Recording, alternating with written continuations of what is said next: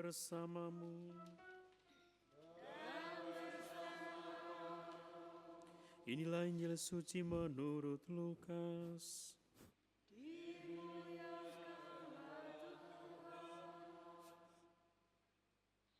Dalam perjalanan ke Yerusalem, Yesus dan murid-muridnya telah tiba di sebuah desa. Seorang perempuan bernama Marta menerima dia di rumahnya. Perempuan itu mempunyai seorang saudara bernama Maria. Maria ini duduk di dekat kaki Tuhan dan terus mendengarkan perkataannya. Sedangkan Marta sibuk sekali melayani. Ia mendekati Yesus dan berkata, "Tuhan, tidakkah Engkau peduli bahwa saudariku membiarkan aku melayani seorang diri? Suruhlah dia membantu aku." Tetapi Tuhan menjawabnya, "Marta, Marta, engkau khawatir dan menyusahkan diri dengan banyak hal, tetapi hanya satu saja yang perlu. Maria telah memilih bagian terbaik yang tidak akan diambil dari dia." Demikianlah sabda Tuhan.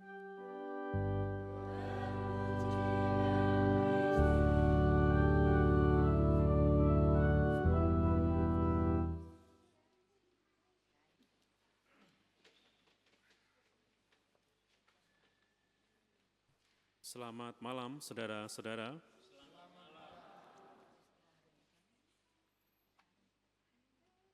Saudara yang disayangi Tuhan,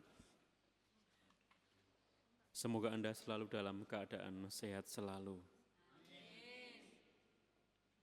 Bapak, Ibu, rekan-rekan, dan adik-adik yang hadir dalam Ekaristi Minggu sore hari ini. Ada dua kisah iman Maria dan Marta yang sering Anda dengar dan saya dengar.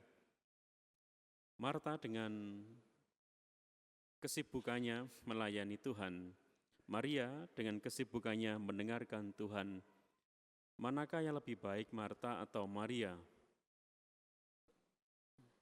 Saudara-saudara punya pilihan ya, Maria atau Marta? Ya, Injilnya kesimpulannya. Tapi cobalah hari ini kita lihat, kita urai dengan penafsiran yang sesungguhnya.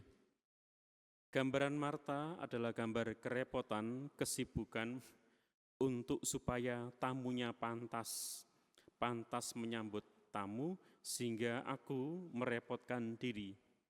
Inilah gambaran pribadi yang sibuk dengan dirinya dan belum selesai dengan perjalanan hidupnya.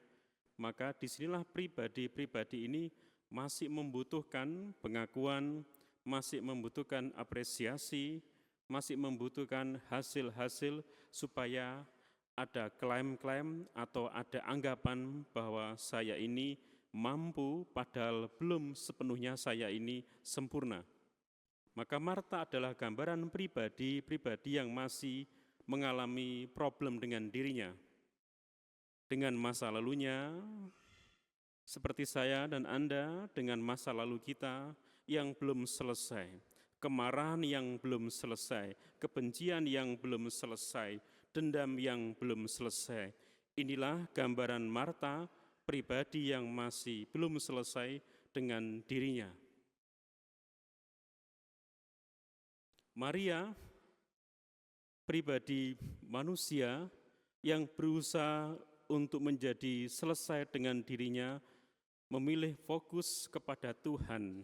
Apakah ini tidak lebih baik daripada Marta?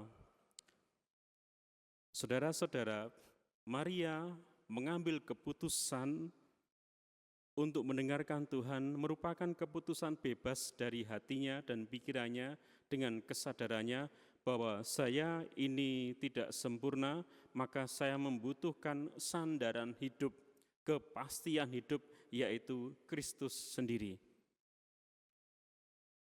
Maka dua pribadi gambaran yang kita lihat hari ini, Marta yang ingin menyandarkan dirinya kepada Tuhan, tapi masih terhalang oleh pribadinya sendiri. Maria yang mampu menyandarkan dirinya kepada Tuhan, tapi sudah selesai, bisa menerima, bisa memilih yang terbaik bagi hidupnya. Maka saudara-saudara, gambaran Marta dan Maria adalah gambaran pribadi kita masing-masing. Di dalam diri kita masih ada yang belum sempurna, masih ada yang belum selesai. Dan di dalam diri kita ada yang berjuang untuk selesai dan sempurna. Maka saya dan Anda hari ini sedikit kurang pas kalau mengadili dua tokoh ini. Namun kita pelajari lebih dalam tentang hidup saya dan Anda masing-masing, bahwa di dalam hati saya masih menyimpan hal-hal yang belum selesai, luka masa lalu, kebencian masa lalu, dan dendam-dendam yang belum tuntas. Dan di dalam hati kita juga ingin rindu kesempurnaan hidup, kedamaian hidup, dan ketenangan hidup, yaitu figur Maria. Maka malam hari ini bersama-sama kita temukan kesepakatan hati bahwa di dalam hati kita ada gejolak dilema tentang Maria dan tentang Marta. Maka saudara-saudara, ada suatu ajaran gereja yang berjudul Christus Vivit. Seingat saya artikel 107, itu paragraf pertama itu. Jangan sampai mereka mencuri kebahagiaan atau sukacitamu, dan janganlah mereka merendahkan diri kita sebagai budak. Buatlah diri kita menjadi yang tinggi, yang bernilai. Apa artinya ini, Romo?